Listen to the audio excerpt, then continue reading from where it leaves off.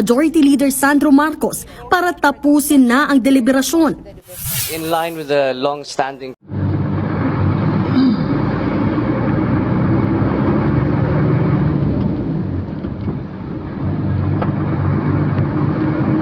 Sa loob lang ng 15 minuto, tinapos agad ng Kamara ang budget hearing kanina ng Office of the Vice President.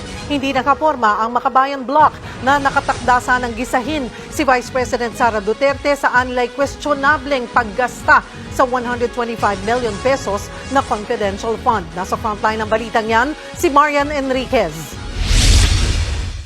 Full force na dumating kanina sa budget hearing ng Kamara ang mga opisyal ng Office of the Vice President sa pangunguna ni VP Sara Duterte para yan sa hinihingi nilang 2.38 billion pesos na budget para sa 2024. Pero pagkatapos lang ng 15 minutong slide presentation, nagmosyon agad si House Senior Deputy Majority Leader Sandro Marcos para tapusin na ang deliberasyon.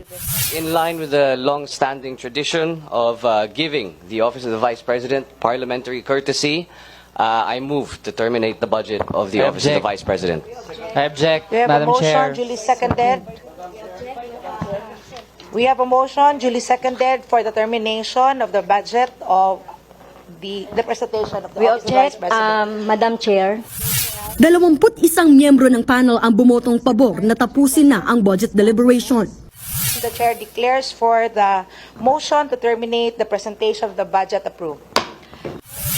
Pero hindi nagpaawat si ACT Teachers Party List Representative Franz Castro. Madam Chair, may we have a manifestation. Madam Chair, may I manifest, Madam Chair? Madam Chair, we have already suspended, terminated the presentation and the Point of order, Madam Chair. May I explain my vote? I know we have the rights as a minority bloc, Madam Chair. So may we explain why we vote no?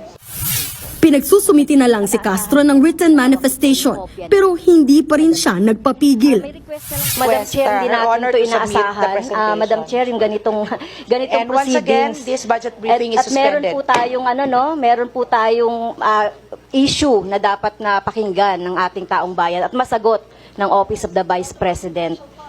So, Madam Chair, kaya talagang kailangan maipaliwanag itong 125 million. Ang 125 million pesos na tinutukoy ni Castro ay ang halaga ng confidential fund na ginasta umano ng Office of the Vice President noong 2022 sa loob lang ng 19 na araw.